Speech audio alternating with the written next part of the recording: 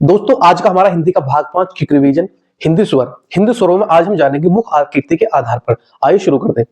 दोस्तों आज का हमारा हिंदी का भाग 4 क्विक रिवीजन, जिनमें हम जानेंगे स्वरों को मुख्य आकृति के आधार पर। आइए शुरू करते हैं। मुख्य आकृति के आधार पर स्वर 4 भागों में बांटा गया है।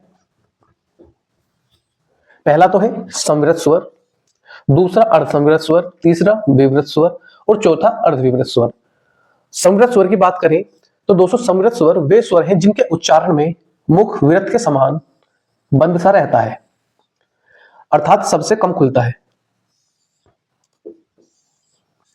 वो संवृत स्वर कहलाते हैं, जैसे ई, ई, ऊ।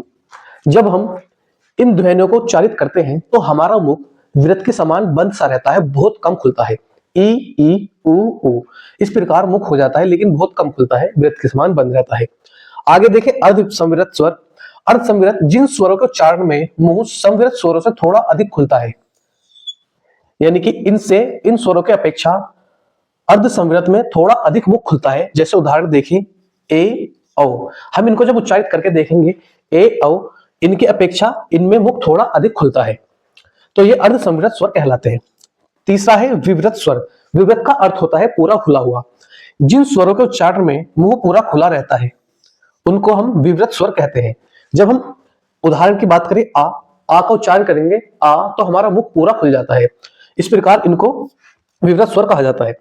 अर्धविवृत स्वर जिन स्वरों के उच्चारण में मुंह विवृत से तो थोड़ा कम खुलता है और संवृत से थोड़ा अधिक खुलता है, उनको अर्धविवृत स्वर कहते हैं। जैसे ए, ओ।